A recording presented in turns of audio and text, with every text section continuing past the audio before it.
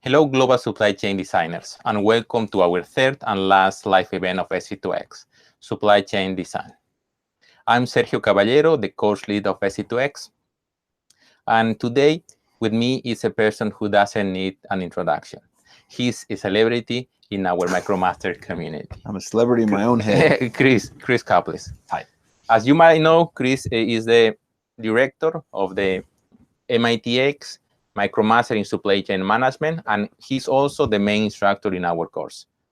So welcome, and thank you for being today with us, Chris. Great, thanks, Sergio. I'm excited to be here, but I'm here with the course owner.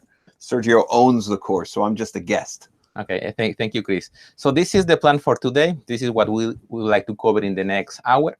I'm going to start giving a brief recap of SC2X. Then Chris will be talking about the real-life application of one of the topics that we cover in the course, so freight transportation procurement. Then he will be giving more information about the next course in the series, SC2x, supply dynamics.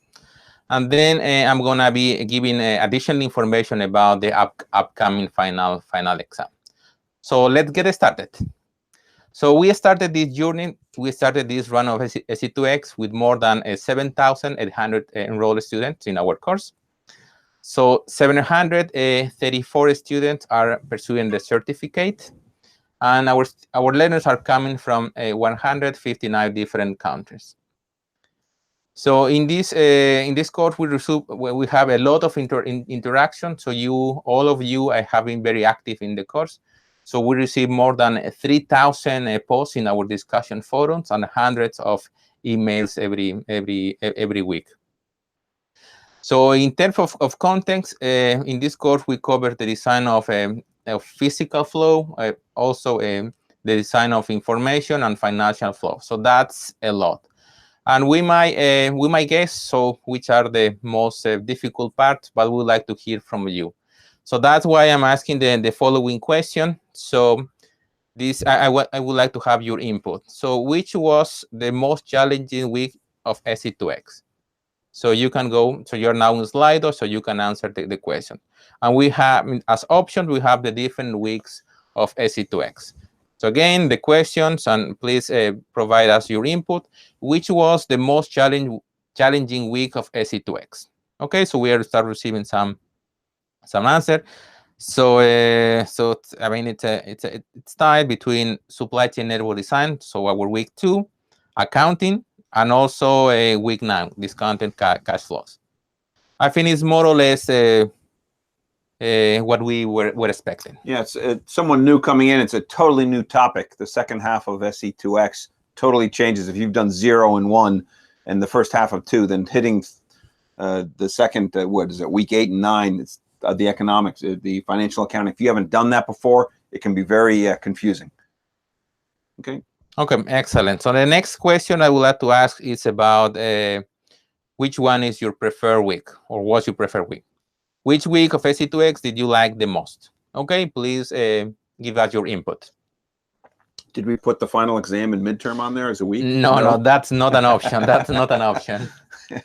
Okay, so we're receiving a couple of answers. So procurement and discounted cash flows. So it's challenging, and also they like this week very, very much. Yeah, because the discounted cash flows is something you're going to use whether you stay in supply chain or not. It's a great tool to justify investments. So you were a civil engineer too, weren't you? No, industrial engineer. You industrial. Did you have to do? You must have done economic decision making with cash flows. Correct. I was a civil engineer, and that's where I learned it initially. Discounted cash flows and your just economic viability for any kind of investment. So it's a really practical tool. Excellent. So the majority is saying that this is their preferred week. Okay. Nothing that I taught. I'm very disappointed.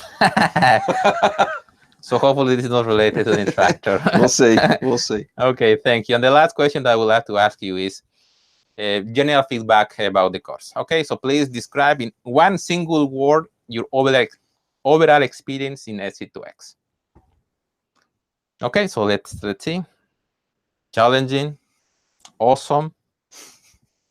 I think my family members might be typing this answer. Yeah. Exceptional, amazing, insightful,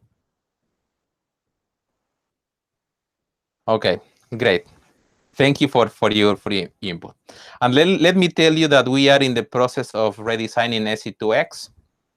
So please, in the next few days, if you can send us an email to sc2xhelp@mit.edu, just providing us with 2 or 3 things that we could improve in our courses, and 2 or 3 things that we should keep doing. That's gonna be awesome. Okay, so we value a lot your feedback. Okay, without further ado, so let's talk about the main topic of this session: freight transportation procurement. Please, all right, the floor is yours. Thanks, Sergio. So freight transportation is something I've been working on since the early 90s. My dissertation was based on it. I think Yossi talked about combinatorial optimization for truckload transportation. That was my dissertation. And so I practiced this for a number of years as well. So I wanted to dive in on the topic a little bit and kind of add some to it beyond just the mathematical models that you went through with Yossi. So what I want to do, just not working. There we go. There we go. I'm going to talk a little bit about what freight transportation looks like, how is it usually procured, what are some of the challenges, and I'm just going to talk about things that are kind of happening in the market now, because it's kind of a changing practice, and we'll get into that. So before we talk about how you procure, let's talk about transportation. So what we're talking about here is what's known as full truckload, or TL, truckload transportation that goes from one origin, you load it on the truck, and that truck does a line haul move, and you unload it at location B. It's point-to-point moves. It is not less than truckload that consolidates small shipments and put them together. It's a point-to-point move, like a taxi cab, as opposed to a bus. So this is the type of procurement we're looking at. So the way it operates, and generally, this is the United States, and so what you'll see a driver would do, they might pick something up in one location, drive loaded, that's the solid line. In this case, they go to South Dakota. They drive empty, that's that dash line, down to Denver, a loaded trip to Chicago, unloaded down to Indianapolis, a load to Dallas, and so forth. So what you see is it's a combination of loaded moves and unloaded or empty moves. And the drivers usually only get paid, and the carriers only get paid by the shippers for the loaded moves. So there's a lot of balance issues. So you don't want to deliver to a place where you have to drive a far distance to get a follow-on load. That's the hallmark of a truckload move or a direct transportation mode, and that affects a lot of the activity and the economics of the mode itself. Just to give you some perspective, this is numbers from 2016 in the United States. The total transportation cost estimate is about $894 billion. Of trucking, motor carrier is about $600 billion of that. So the vast majority of transportation costs in the United States for logistics is truck. Truck can be divided into 3 components. Full truckload, which I described. Less than truckload, those are the companies that pick up smaller pieces, less than full truckloads, usually pallets, 500 to 2,000 pound type loads, consolidate them, move them through a set of terminals. And the last one, a private or dedicated, that's where a company whose primary business is not trucking has their own fleet. Think of a retailer like Walmart or Target, where they have their own trucks. And so you can see that that segment is almost as big as the full truckload for hire segment. When we talk about truckload procurement, everything that Yossi talked about, that I'm going to talk about, is for that full truckload. So it's about $270 billion. It's a big business. To put this on perspective, there's about, it depends how you count, but there's over 150,000 truckload firms in the United States. The average size is less than 3 trucks. So they're very fragmented, it's a very competitive market. It's big. And so something that you'll learn in SC2x is, there we go, how you analyze a market. And what I show here is, this is Porter's 5 forces. It's a framework for understanding how a market interacts. And if you take SC2x, you'll learn all about this because we use this a lot. And what it is where are the threats in the market? Is it new entrants to the market? Is it substitute producers of substitute products? Is it the buyers or the suppliers? Or is there industrial internal competition? And so it's really understanding where the competition comes from. Where's the power in the industry? And the big takeaway for truckload is that there are very low barriers to entry. To start being a truckload carrier, you need to have a truck. That's it. So it's very low barriers to exit. So you're not trapped in the market. So you can go bankrupt very easily. So whenever you have low barriers to entry, low barriers to exit, a lot of internal competition, it creates an almost perfect competitive market, especially when you have a lot of suppliers here. So this is something that you'll see more if you take SC2x. We'll show you how you can apply this framework to other industries and other companies. But for truckload, what it says is that we have a very, very competitive market. Lots of carriers are competing for the same business. That's the big takeaway. Okay, so how do we do procurement? Let me see if I can, there we go. So now let me go, that's what the market is. That's what we're trying to procure. I'm a shipper like Procter & Gamble, like Walmart, like Starbucks, anyone who's buying transportation services in the truckload market. The idea is that procurement is just one piece of the whole management side. You have the big network design, which Sergio led you through earlier. Where do I set up my facilities? How do I flow my product? Tactical modeling is more, where should I set up my private fleet? What should my private fleet take care of? Procurement is, okay, now I've got my lanes where I think I'm going to be going. How do I get the carrier and assign which carrier to which lane or which part of my network? So this is all done ahead of the actual business happening. Then we get into execution tasks. So everything I talked before is all planning. That's what you've done mainly in this course. Then you're in execution. So a load drops and the question is, what do I do with this load? Which carrier do I select? How do I ship it? Do I consolidate it? And then how do I route or schedule and all those kind of things?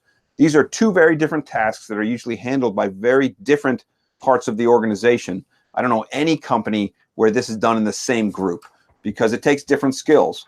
Generally, if you've taken these classes, everything that we have done so far is more of the planning side, to be honest, because that's where your optimization models are used.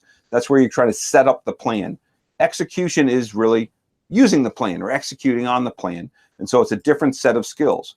We'll talk about how this works together in a TMS, a transportation management system, in SC2x. But this is just, I just want to give perspective of where the procurement falls here. So planning and execution, you can see how procurement kind of fits in this whole cycle. And I do this for supply chain, but this is really any activity for a company. You have some kind of plan. You set up how you're going to try to operate throughout the year. Then the next thing is the procurement. And this is an event-based activity. Might happen once a year, once every 2 years. You decide what carriers to use where. The execution, we talked about that. You're using the plan. So when a new load, a shipment happens, you know who to assign that to, what carrier. And then hopefully after this, you do a review. You do some analysis and see what works, what didn't work, what carriers do I need to drop, what ones do I need to add, things like that. So procurement is not an isolated event. It fits in the whole management cycle and the whole process here. So let's go deeper into procurement and see where it falls in. Yossi talked about in week 4, is that right? No, week 7. Week 7, I'm sorry. Week 7 after the midterm. He talked about procurement and specifically had a lesson on transportation procurement using auctions. That's that strategic bid. And so this is pretty much commonly done now. It was new in the early 90s, but now it's the common practice within industry, and I'll talk more about that. There's a lot of interesting work here. If you want to get into academic sides, there's been a lot of work in combinatorial auctions over the last, 10, 15 years. There's been very little research on how effective it is in practice, to be honest, and I'll talk more about that in a second. But that's a widely accepted practice. The outcome of the strategic bid fits into the routing guide. The routing guide is essentially a catalog so that the person in execution can say, okay, I have a load going from Chicago to Miami. I look up what carrier have I assigned in my strategic bid for that. I award it to them. Now, it's typically not done by a person looking through a catalog. It's done by a system, a TMS or transportation management system, and it matches. And then it also handles the problems of what if the carrier doesn't accept that load? Who do I go to next? So it tries to do that carrier selection and carrier matching process. And that's, again, something we talk about in more depth in SC2x. There's been very little research into routing guides because they're not that academically research interesting. Although we'll talk more about that. Most work and on the research side, on academic side, has been in better ways to come up with a plan in your strategic bid. Anyway, so we've set the bid that populates the routing guide, and then if the routing guide fails, let's say the primary carrier can't take it, the secondary can't take it, then it goes to something known as a spot market. And a spot market is where you procure a load on a one transaction basis, as opposed to saying, hey, carrier, you win this business for the next year at this rate for all the loads on this lane. It's this load on this lane on this day. And it's a one-off. And the spot market has had its ups and downs. And we'll talk much more about this in a second. There's been a lot of interest now by companies, a lot of tech startups. Uber for Freight is one of the big names that you start hearing there. Actually, Uber Freight is a subsidiary of Uber, and where they're doing matching, just like for Uber for passenger travel, they're doing it for trucking as well. But there's companies like Convoy and other ones out there that are trying to do this as well. And the idea is, forget the contracts that you do in the strategic bid, ride the spot bid, ride that spot market. And so there's some interest there, and people are doing some interesting work, and I'll talk more about that. But this is the general framework. Strategic bid populates a routing guide, and then it goes into, if the routing guide fails, you have a spot market mechanism to make sure that your load gets handled. Now, if I look at the bidding process, there's really three big steps: what you do before, what you do during, and what you do after. And we talk about this in the lessons, but I want to focus in on two aspects that make transportation different. First, what is being bid? Because we talk about it being a reverse auction. In other words, I'm auctioning out the right for a company to do business with me. But there's something really specific about transportation. I'll talk about that in a second. And then who should win what? That winner carrier selection process. So let me talk about what is being bid. All right, yeah. There. So here's the situation. Let's say I've got some business going out of Chicago, Illinois, and I've got this 6 lanes. This is what happened last year. I think this is what's going to happen next year. So if this is what happened, and saying 2 loads went to North Fort Wayne, 4 loads went to South Fort Wayne, 1 to Logansport, 3 to Anderson, 1 to Tipton, and 5 to Indianapolis. So you see what this is. This is kind of what happened last year, and I think it's going to happen next year, so I'm going to bid this out. The question is, do I ask the carriers to say, hey, here are 6 lanes, give me a price for each? Do I say, no, I really only want 4 lanes, I'm going to consolidate, right? So the Fort Wayne lanes, let me go back, those 2, they're not that different, so just give me 1 rate. I don't need different rates for those, and I'll consider that 1 lane. So I go from 6 lanes to 4, or do I say, you know, Indianapolis is 1 lane, and then anything else going to Northern Indiana, give me a cost per mile, and I'll apply that to anything within that area? Or do I just say, forget it, give me some rate per mile for anything that comes out of Chicago? So if you can activate the poll for this, yeah, sure. And I want you to decide which would be the best thing for a shipper to do. Should I represent this business as 6 lanes? That's option 1. 4 lanes, that's option 2. 2 lanes, that's option 3, or 1 lane, option 4. So you have 4 options here. And this is something that seems trivial, but it really has impacts. And we'll talk about it as voting comes in. Is anyone voting? Not yet. We're very shy. But so that's one of the things, usually when I'm doing an auction for anything, the question of what you're going to bid is, you know, it's obvious. It's the thing you have. Transportation can be represented in many different ways. So what do you bundle into a lane? What do you keep separate? Do you bid out regions? Do I bid out entire states? This is a question that seems trivial, but it has implications. And so there's a handful of people in, and it seems like the dominant one is that option 2, people are saying this. All right, so let me just talk about the trade-offs of what you do. So if you did option 1, one is if you did this for everything across your network, you might have 10,000 lanes you're asking the carrier to bid on. So, and if you have something that you had 1 load on, do you really want them to spend time on that? And so one of the things, it's almost exhausting. So it's something that you try to avoid. It also has another implication that I'll explain in a second. On the other side, this option, everything out with 1 price, that's too vague. And so what's going to happen is carriers will hedge. They'll increase because they don't know if everything's going to be a lousy load into middle of nowhere or something really close. So they're going to take an average essentially of what they expect it to be in worst case. So the best answers are probably one of these two, option 2 or 3. And it's really a function of two things. One is specificity. And of course, this is the most specific. And then coverage. And this has the highest coverage. And it's really a trade-off between those two. Because this first one, the problem here is what happens if I have a load that's going to somewhere else that's in between, say, Logansport and Anderson. I now don't have a rate for it if I just did these 6 lanes in option 1. So that means I've got to go on the spot market to find that rate. So you have very bad coverage here, but it's very specific. So if you know there's a rate difference going to North Fort Wayne versus South, they'll definitely be able to pick that up. And so you have very specific rates that tend to be more aggressive. Hopefully that makes sense. On the other extreme, here I have coverage, so I know everything's going to fall to that. But since I'm so not specific, then my rates are probably going to be a little higher. They're like backup rates because there's a lot you're forcing the carrier to assume the risk of the uncertainty of where the loads will go. So I would say, I don't know how the voting came out.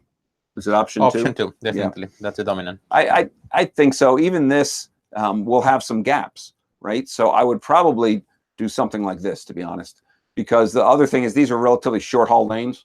And so even if you do option 2, something could be between Kokomo, and this is by 3-digit zip, which is just an aggregation of zip codes in the US. They're usually 5. And the nice thing is if all of they fall in each other. So 469 is the first 3 digits. So that includes 46901, 46902, everything else. So they're all grouped together. The thing is, if something happens in the middle, you don't have a rate for it. So I would probably pick 3, to be honest.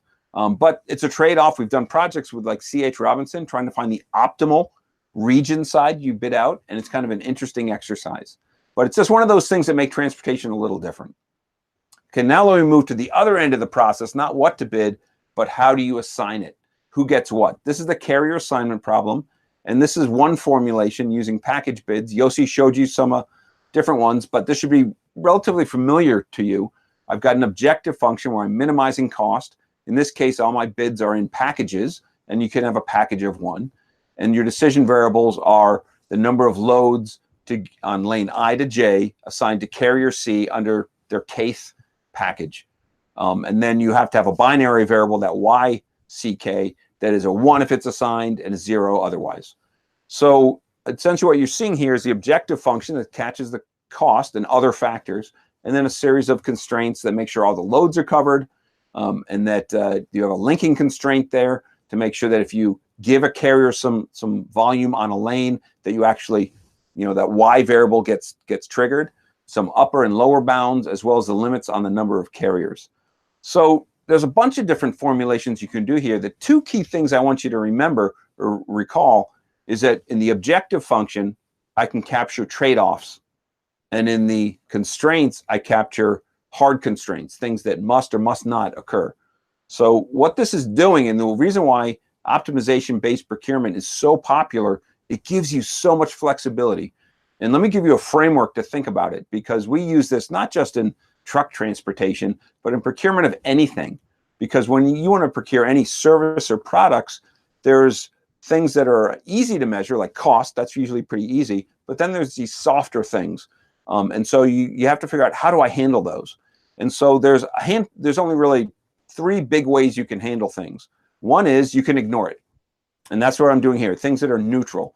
So in this formulation, for example, I don't care if the size of the trailer is 48 feet or 53 foot. I'm neutral on that topic. So my decision-making doesn't tie into that at all. Now, you can have other things. On the extremes, I might have things that I ban.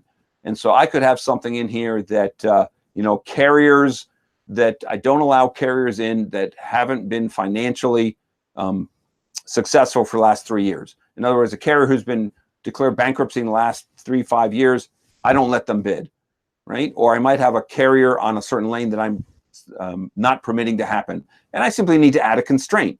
or that will keep them out of being considered. On the other extreme, there's some things that I will require to happen. Things have to happen. Like here, that first constraint is making sure that all the loads get covered. So I can force something to happen.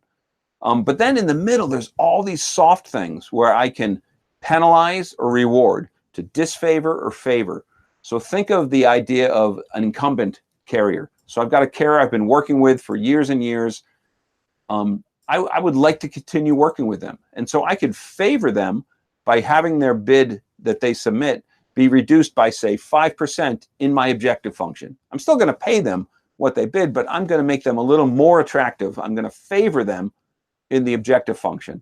Why would I do that? Well, because there's soft costs, and there's a reason why I maybe want to have that incumbent carrier. A lot of the new carriers who've never done business with me before, they don't know my business, and it's a risk. So I'm willing to give a little bit of a favor to them, to reward them. Not a ton, and so you have to make a trade-off. But the nice thing about this optimization-based framework, I can do hard constraints, and I can do penalize or reward on these softer constraints. And essentially, you're treating the objective function as a utility function. And so it's really letting you make those trade-offs between the things you can measure, the price, usually the costs, and those other things that are softer. And so that's the real benefit of optimization-based procurement, and it lets you make those two trade-offs. You use this by making the winner's assignment. So, and what I have on this chart is the horizontal axis is the bid amount that the carrier is submitting. And so, and on the vertical axis is the total cost of the assignment. And so I can look at the direct cost very easily. So if a carrier bids $1,000 versus $700, that's very obvious which one is going to be more expensive as a direct cost. But then there's these soft costs. And the idea is generally, if the bid is a lower cost carrier, their service won't be as good. Now, we've done some research onto this, but as a general rule, we can think of this, that better service costs more. And the problem is those costs are not readily apparent. You don't know what their acceptance ratio is going to be ahead of time, or their service level, or their damage. So you have to use a proxy. And so what you're trying to do is not necessarily find the lowest direct costs. You want to find the lowest total costs. And so you're including those things, the direct costs, what they bid, and an idea of those soft costs. And you want to come up with this, business optimal, somewhere in that sweet spot, which is a tough thing to do.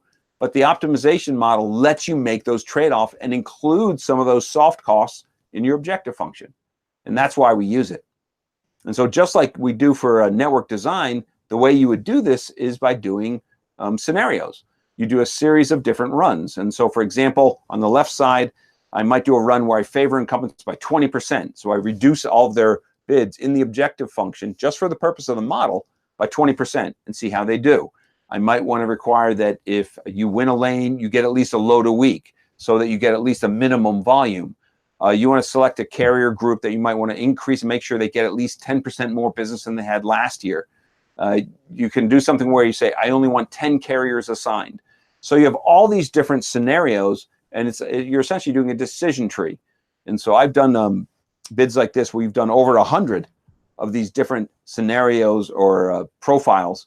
And what you're doing is just exploring the solution space and trying to find out what you want to end up with. What do you want your business optimal assignment to be?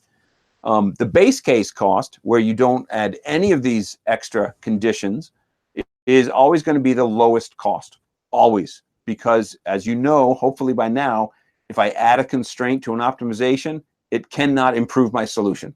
It just can't, right? The best it can do is not have an effect. It'll usually worsen the solution. So the idea is you add all of these scenarios on, these other conditions, you're going to lose savings. And I talk about this a little bit. The idea is that you really don't want to give out the base case solution to too many people because they'll hold you to that. When in fact, that's just the direct cost minimum solution. It's ignoring all those soft costs that you're now adding in to get to that business optimal. So this is the practice that's typically done. And it's done in practice. It was kind of unique in the early 90s, but now every company uses this for transportation. And so That's where we stand. So the dominant practice today is something like this. You have that reverse auction, usually once a year, sometimes every other year. And for the amount you're putting on to bid out is the average cost per average volume per week. You invite your incumbent carriers and a select few new ones.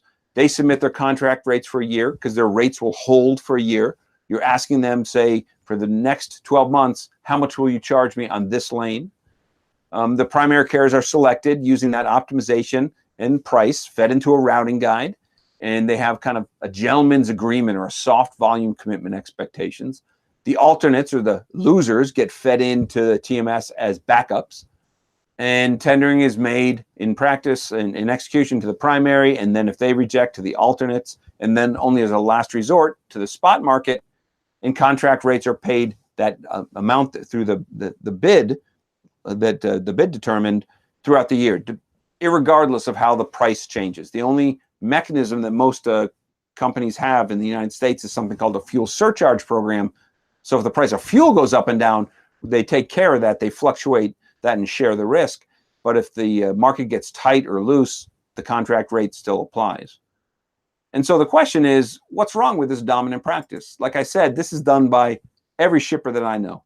This is a dominant practice. Well, this is where things get a little tricky. And this is kind of an introduction into some of the stuff you'll do in SC2x. Because what we've done so far is focus on the model. We did this really cool optimization, which is always fun, and we came up with an answer. The challenge is, what does that mean in the larger scheme of things? And so what we have here is what's known as a dominant design. It's where a practice or a product dominates the market. And we usually think of this in terms of products or physical things, and it's a concept that's been around for about 20, 30 years. The idea of a dominant design is that you have a product and everyone in the market uses it. And it might not be the best for everyone, but it satisfies them. Not satisfy, it's a satisficer, which means it's good enough for most people. And so when you see a new product coming into the market, it's usually very fluid. You see all these different variations. You don't know what it's going to end up. At some point, though, a dominant design starts emerging. And at that point, all companies focus in on how do I make it faster, cheaper, better. But the essence of the design of the product doesn't change because the dominant design has been selected. And then you enter into what's known as this specific phase, or the complacency phase, where there's this dominant design. And why does that matter? Because this is where things get disrupted, because we're kind of being complacent. We're falling in this common practice. Nothing is changing, and you just kind of do it because that's the way it's always been done. Let me give you a handful of examples so you understand what dominant design means. The classic example is cell phones. If anyone had, when did you have your first cell phone? Oof, like 10 years ago. 10 years ago, so that was what, 2008? More or less. My first one was in probably 99, wow. Maybe. I had a pager first when I was in a software company. But if you look at how they come out, think about the first phone you had. Mine was a flip phone. Then you had the little Nokia bricks, you know, all these different things. But now if you look at your phone, and if I guarantee, not guarantee, but I'm pretty confident, if you pull out your phone, it's going to be about the size of your palm, maybe a little bigger, glass on front, touch screen, you can't take the battery out. It's going to look like an iPhone or a Samsung. They really have come down and look the same. And if anyone had a BlackBerry, those are kind of gone now, where there's a separate keyboard. The vast majority of cell phones all look the same. Are they perfect? No, but they're good enough for most people. It's a dominant design. Let me give you another example. Bicycles. When bicycles first came out in the 1860s and earlier, no one knew what they're going to look like. People experimented with a big wheel up front, two wheels on the side, all these different experimentations, but eventually you hit a dominant design. And the dominant design is two wheels, one front, one back, same size, chain connecting power to the back. Doesn't mean it had to be that way, but it's kind of hit that dominant design. Let me give you one more, because this one's fun. Typewriters. The first typewriter really started coming out after the telegraph, where you could now start doing letters instead of just dots and dashes with a Morse code. And there was all these different experimentations. The first one on the left in 1865 was based off a telegraph machine. Then you had this Hanson's ball, which was, interestingly, this ended up being what they used in IBM Selectric later.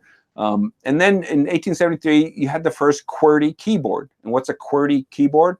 If you look at the top left of your keyboard of your laptop, it's the letters in the top left corner in order. Introduced in 1873 for a bunch of reasons. No one's really sure whether it's to slow down because of the speed of the telegraph or not. But the interesting thing, as the keyboards evolved, it really hasn't changed much. In fact, I bet your phone still has a QWERTY keyboard, as does your laptop. And the question is why? It's not the most efficient because there's other layouts that are much more efficient that only use your primary fingers, but they're not being adopted. Why? Because you have a dominant design. Okay, so we give all these examples, and so the question is, what does this have to do with procurement? This has nothing to do with transportation procurement, right? But it does, because something has happened. And what's happened in the US is this. This shows from 2008 to 2018, the average rate per mile indexed off of 2009, I want to say, what the price is. So as it goes above 100, like for now 142, you're now 1.42 times the price it was on average in 2009. So it's an index. And so from 2010 to 2017, the average annual increase was about inflation, 3 to 3.5%. You had your ups and downs and things like that, but generally it's been pretty stable. The last 18 months, however, have been very different, 15% on average annual increase. So we've had this rapid increase. We've had all this failure of transportation. It's an exceptionally tight market, and the way of doing contracts is kind of failing. This is a shot from a company, Chainalytics, where they look at the spot versus the contract. Remember, we talked contract are those rates you got in that strategic bid, fed in your routing guide, set for a year. Spots are when the routing guide fails, you go out to the market. Look at the price differentials between this. Again, this is an index off of 2016, but you can see that it can be up to 60% higher for a spot rate on average. So this is an average for each of those periods. So the individuals can be very high.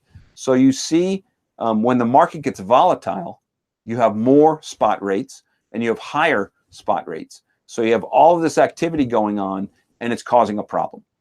So you might ask yourself, say, okay, so maybe this just is a tight market or something, so why does this mean that auctions don't work anymore?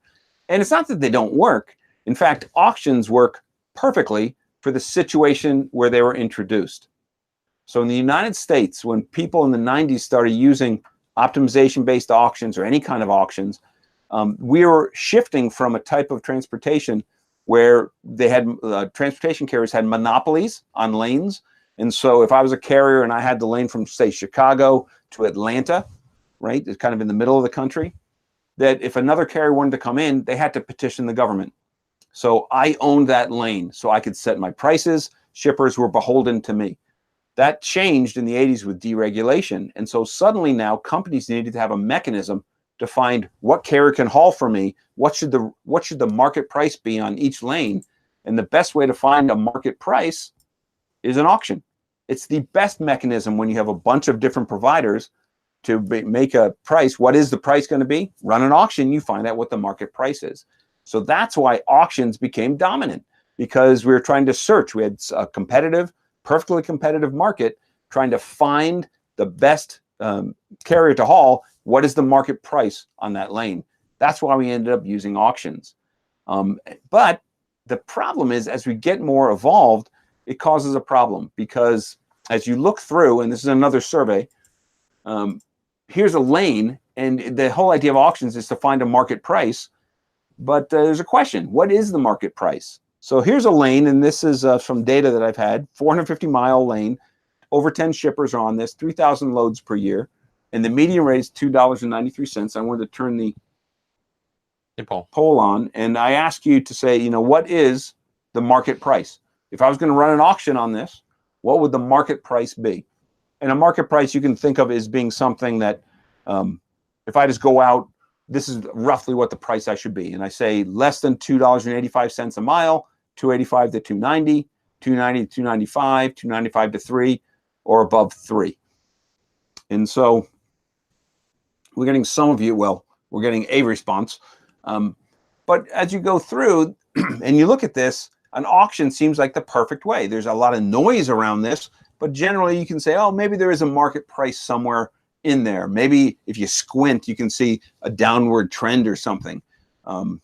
Just looking at this data. So I want you guys to vote, and it looks like everyone's voting the same. That's okay.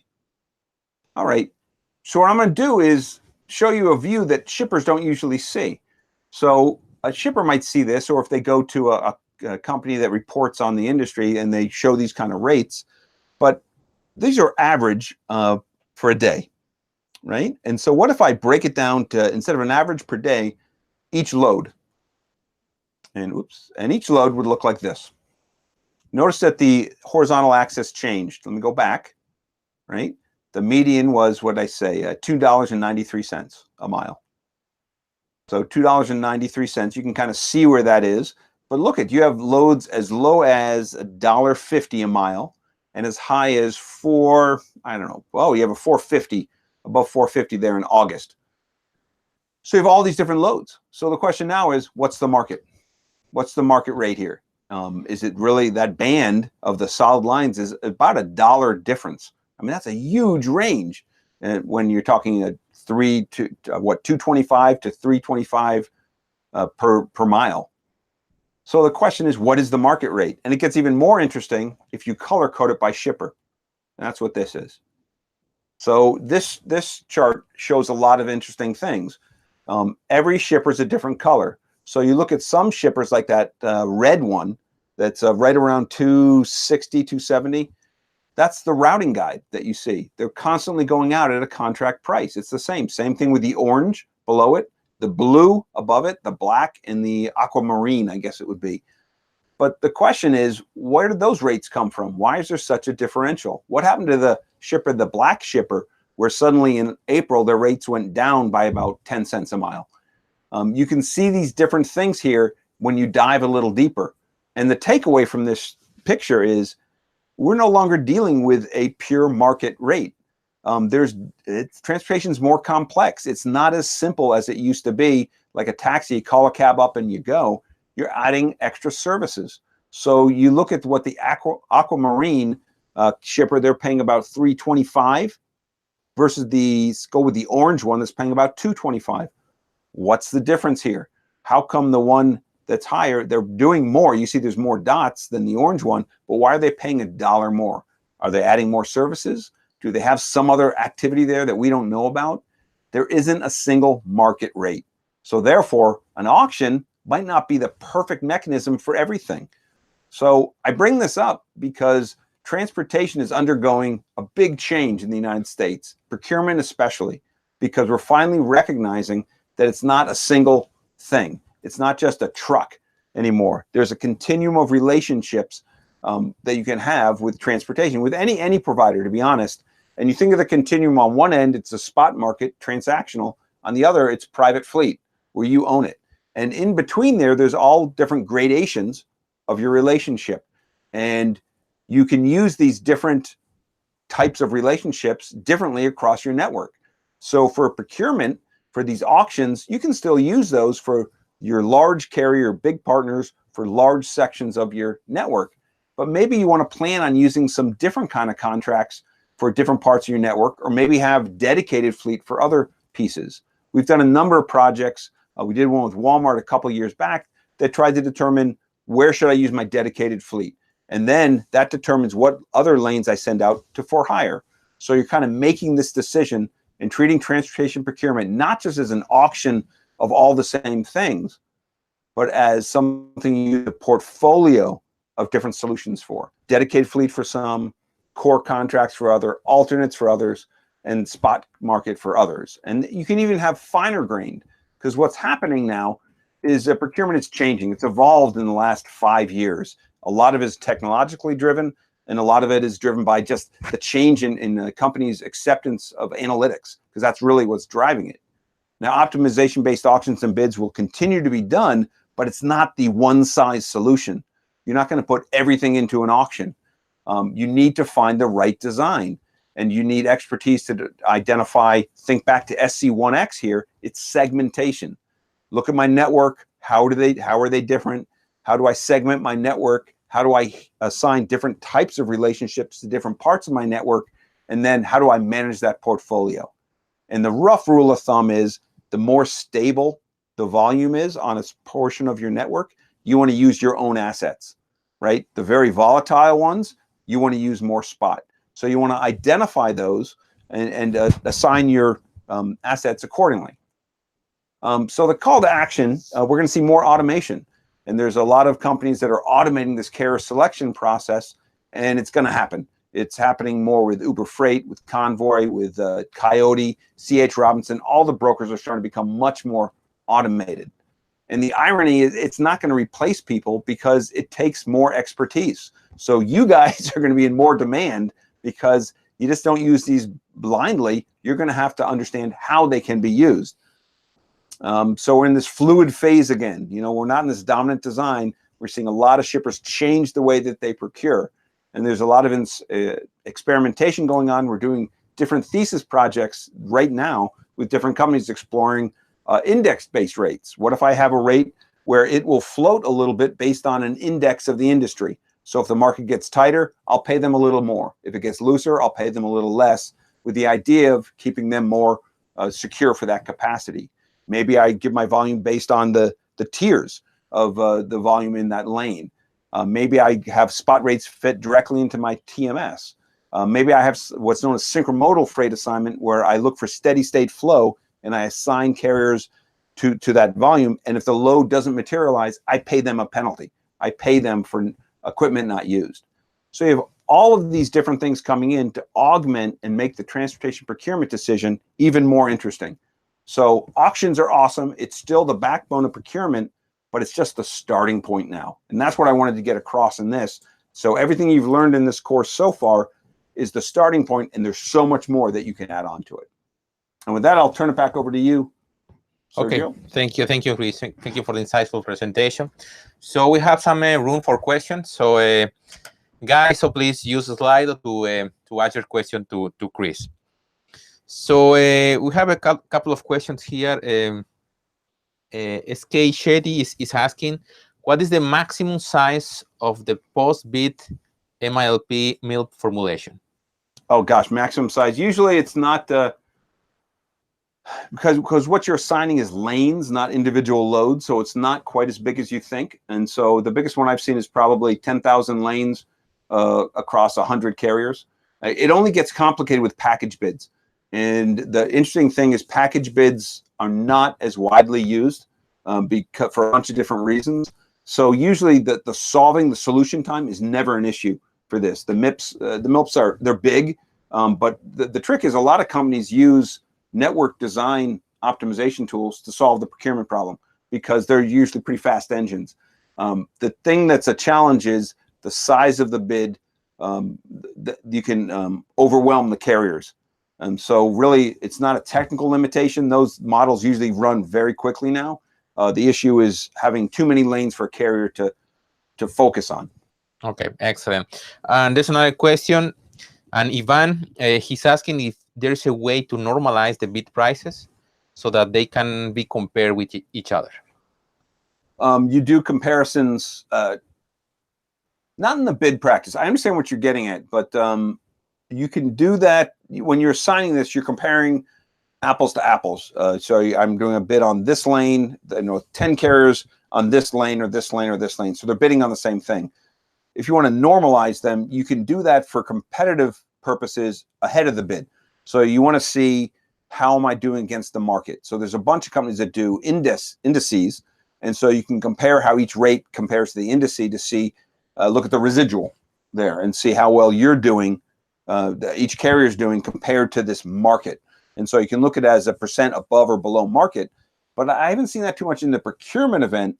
I've seen that used as like an index after the fact to see, should I look and rebid some lanes? Are some of my lanes creeping up too high? So indices, and you can normalize just by comparing it to market in percent above or below market. But that's used to identify troubled lanes, in my opinion. Okay, thank you, Chris. There's another presentation. So again, Esquichetti is asking, how big is the freight exchange market and how it's impact transport broken business. How it Yeah, impact. so the freight exchange market is another word for spot market. The brokers, all of that. Honestly, it's usually about 10% in the United States. It's growing a little bit. The last 18 months, it's grown, and I've seen some shippers do as much as 20 to 30% in that market. But I have ongoing debates with different people. We have graduates of the program here at MIT who've started freight brokerage companies and exchanges like this. It's a growing area right now. What's interesting, a lot of these companies are going out and they're saying they set a price constant that they offer to the shipper, right? So they set a price just like a carrier, but they use their own, they figure how they're going to get a carrier to go to that price. And so what they do, they fix it on the sell side, and on the buy side is where they do their magic and try to find, they make their money on the margin, on the differential. So what that means is they have to be very clever in how they set that price. And so you see a lot of really nice advanced modeling using machine learning that you'll learn in SC2x about how to set that price so that you maximize your potential profit based on what you know about what's going to happen in the industry. So the freight market exchange, it's getting bigger, but it's still, even in this tightest of times, less than 25% of the total volume. That's high. Okay, and the last question. So Chris is asking, the segmenting of requirements and assignment decision to use on-fleet versus spot sounds similar to the production planning problem on in-house versus outsource. Yeah, it's a make-buy. Oh. It's a make-buy or rent decision, really. And so, yeah, and you can think of it in those terms. It gets complicated for transportation because you're operating on a network, right? And so you have network effects. And so what's interesting for the project we did for Walmart, you're trying to find like tours for your private fleet to do, because if you are able to get a truck to take a load and then get them back home, and those are both pretty consistent, that's great. You want to keep that. You want to give the loads to the for-hire carriers that go somewhere and you have nothing coming back, because then they absorb that cost. And you assume that they can find another follow-on load for some other shipper easier than you can find a load within your own network. So it is like a make-buy decision, a little more complicated because it's on a dynamic network. Okay, thank you. So let's now talk about SC2x. All right. So everything you've done so far, yep. Everything you've done, there we go, so far has been about the models, which is awesome. So 0x, if you took it, you learned all about optimization. You learned all about some stochastic systems, regression, probability statistics, some simulation, all those things. Then in 1x, you learned the trade-offs between inventory, between cost, fixed cost and variable cost, transportation and inventory, shortage and excess. And in 2x, you learned about the network flow, and you spent a lot of time here. Now in 3x, we're going to kind of introduce reality, because the real world's complex. You have to think about it a little differently beyond the initial models that you set up. And we broke it up. The format's the same. It's 12 total weeks where you have a midterm exam in week 6 and a final in week 12. But we broke the weeks 1 through 4 and 7 through 10 into 4 big 2-week blocks. The first block is all about complexity. And you'll learn how why supply chains are complex, and understand what that means and the implications. And we'll introduce you to system dynamics, which is a really interesting way to model and manage complex systems, not just supply chains, other systems. So you learn all about system dynamics. We'll go into the bullwhip effect a little deeper. So that's all about complexity. And each of these modules end up with an in-depth case study. So we give you a framework for how to think. We'll give you tools on how to analyze it, and then we'll apply it in a more extended case study. So each of these modules consists of a very involved practical case study as well. So after you're done system complexity, we get into strategy, because we're not doing supply chain in a vacuum.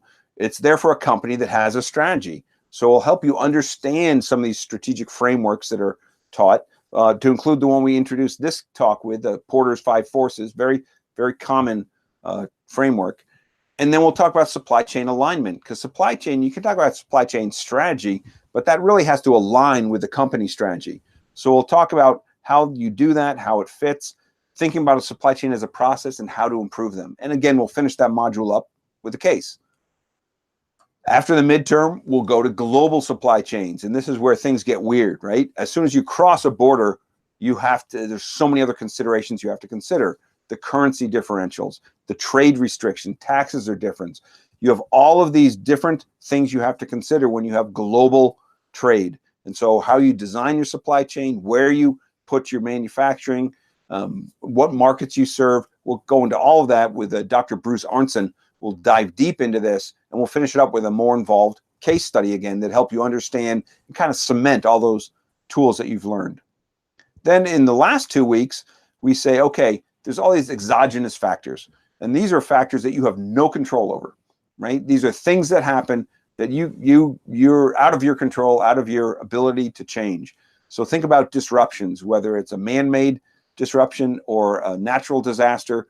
These things affect supply chains a lot, especially if you're a global supply chain where you're all over the place. Professor Yossi Sheffi will talk about how you handle with disruptions and how you build a resilient supply chain. And then we'll talk myself and Dr. Alexis Bateman will talk more about how you handle social, technological, economic, environmental, and political events or trends that impact your supply chain. Because one of the big things that's happening now, and you'll see this in the global supply chain, regulations have more effect on your supply chain than the cost of you doing business. And it's one of those things you just need to recognize. You need to be aware of all these restrictions that are coming in and these other factors that affect how you run supply chains. It's not just low cost. So all 4 of these modules kind of fit together. And what we're doing is introducing the idea of complexity and the real world into supply chain. So when you finish this course, then you hopefully will be very cognizant, and we're giving you some tools of how to handle real life supply chains. And this fits you in to take SC2x afterwards that deal with how you use these models in a large scale real world situation as well. So that's what you can do for SC3x. What you've done in SC2x sets you up perfectly to go into 3x. Okay, thank you, Chris. So let's now talk about the final exam. So the final exam of SC2x will be released next week, December 12th at 500 UTC. The exam will be available for one week, so it closes on December 19th at 500 UTC. So it will be a time exam. So this means that once you start the exam, you will have only 4 hours to complete it. So the exam will cover all the topics that we're covering in the course. So that means the 4 weeks before the midterm exam, from week 1 to week 4, and the 4 weeks after the midterm exam. So that's from week 7 and week 10. So the final exam is worth 45% of your final grade. So please remember that your work might be your own. So do not post any questions or any comments in the discussion forum. And if you need any clarification about a particular problem, please send us an email to sc2xhelp@mit.edu. Chris, thanks again for being today with us, and thank you all for attending to this live event. Good luck with the final exam, and see you next time. Good luck. Take care.